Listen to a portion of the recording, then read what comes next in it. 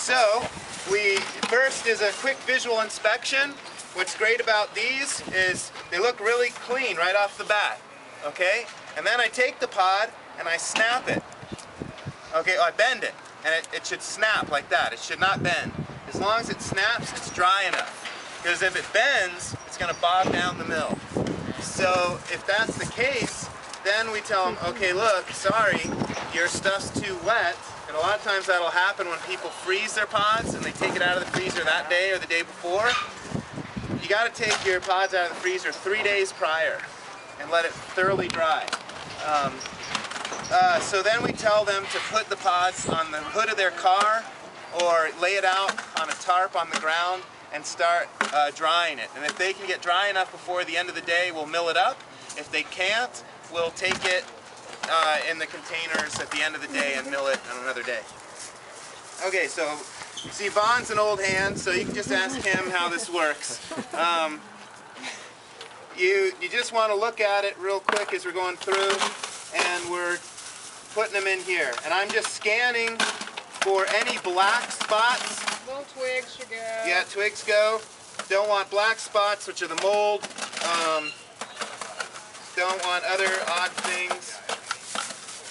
So the twigs, the little stems that they have, they need to go. Well, Tiny you know, a stems. few of them are all right, but if you're screening anyway, pull it out. I mean, and this is great. I'm hardly even seeing any of the stems, so got it. Accolades to you guys for you know what you're doing. Yeah, good job, man. You're doing good. So it should also have a getting a nice earthy, clean smell off of this. You start smelling mildewy. I guess that would be a sign. I've never used the smell before, but that's great. Use a whole nother sense. What's hitting me? So what we do not want to do is to grab a bucket and pour it in, because then you're going to be pouring dirt and bruchid beetle feces and bruchid beetles and everything else in. So we want to pick it up and then screen it and then put it in. So that way it's just a fairly quick, easy way to screen it. So this is we require 3 volunteers beyond Desert Harvesters, 3 volunteers at every event. And that's where, when you get onto the site, thank you. Good job, buddy. We want to get the volunteers screening the pods. So one of the first things you do after you got the thing set up is you train the volunteers that the event has provided you how to screen through the pods. All right, so before they even get to you, they're ready to go. All right. Here's a few that have Perfect. Did you bring those with you? we got a couple of them here, and I don't know if you've seen them. Great. Okay. Is that a problem? That's the unknown. All the polka dot ones here. So this is great. Were these on the ground? Oh, no, these guys brought them. I've never picked before, but they have a couple that have that. Okay. Yeah. All right. We didn't know what we were picking, so this is the first time we've done any of this. Okay. So awesome example of what you don't want is we don't want this black. Now here's the unfortunate thing is we don't know for sure if that's really the thing we should be avoiding, because the information that I've seen so far on the molds on mesquite, which can lead to aflatoxins, which can lead to liver problems, we don't know if that's the mold. We're making an assumption, so we need to do more tests. So avoid any black like that. So can you break the black part off? Yes, you can. Save the rest of the You certainly can. The beans, if they don't have that, they're okay. It's fine. It's fine. But as soon as I see this in a bunch of pods, that's like the red M&Ms that the Van Halen tour organizers saw. Then you start being a lot more cautious. Okay? Right. So maybe you might want to check is this something you would reject the whole thing?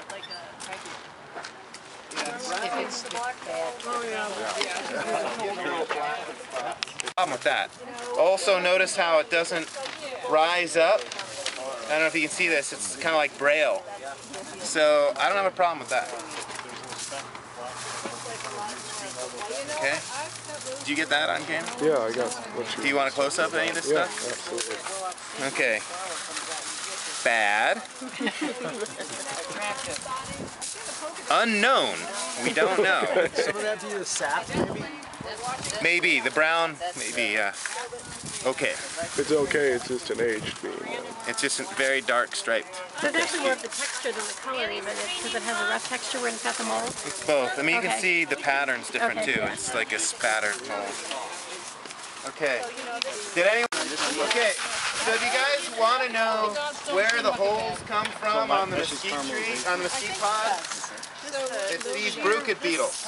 Pattern is the danger. All right, and they're fully edible. So they're just protein. I can see the sun. Okay, and they taste like mesquite. So here's proof.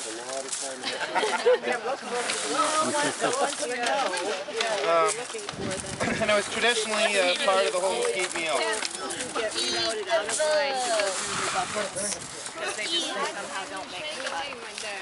It's fine, you know, nothing's so That was a good question. There's a question of, can you pick the mesquite pods up off the ground? Yeah, if they've just fallen, you can. If you're really careful. And so now we can start. Here's another bucket for you guys. Just kind of dump them out, We're charging $2 per gallon to grind the pods. We've raised our prices this year. Okay? So 5-gallon bucket, so $10 right there. All right, and about to get another bucket. So we're doing it by volume. But a lot of people want to know what they're going to get for weight, volume. So I'll get it for the season. We usually have a clipboard on here. So you write down how many gallons and the weight. And you do it before grinding and after grinding.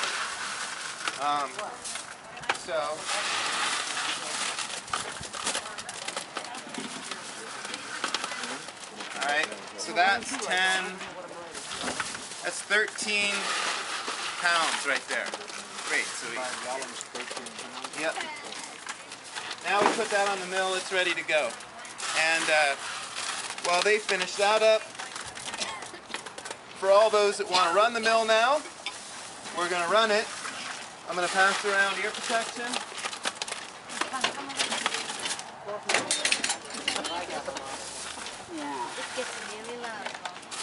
So if you want to take any of these or just want to plug your ear, They just snap that off.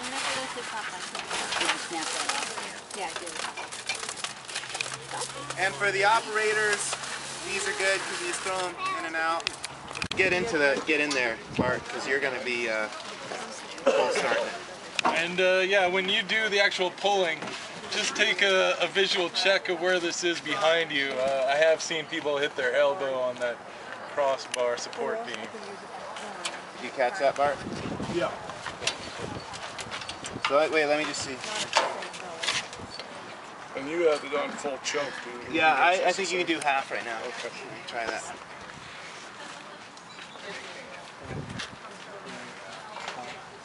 I think you're good. Okay.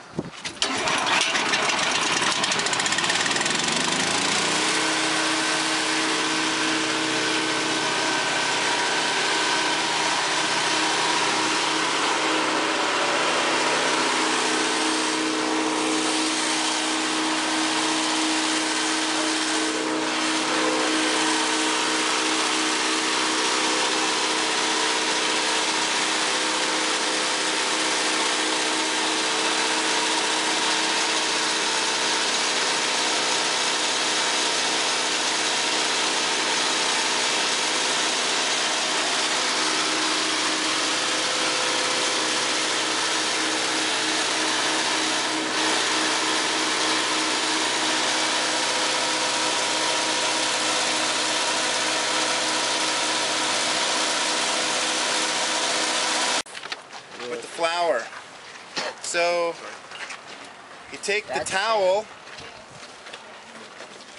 and this just is a good precaution.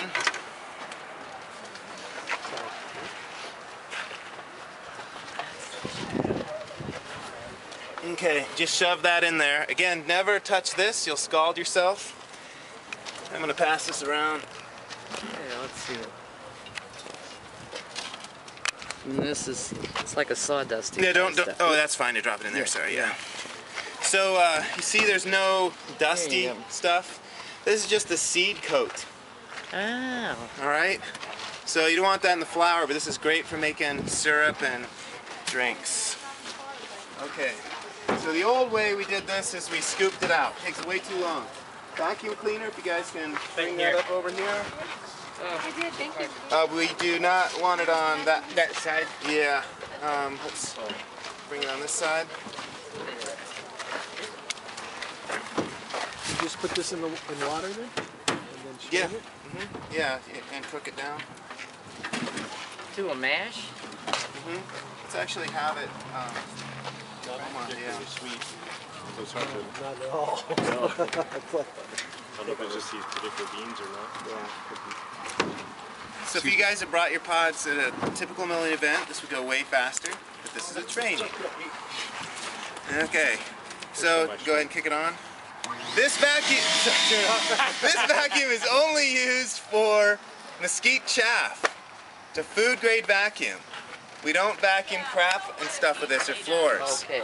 Okay? Yeah. So that you can make drinks. Right, don't clean on the inside of your truck. Bottoms of your shoes. Okay, go ahead. So just suck it up like that. You can lift up the hammers if you need.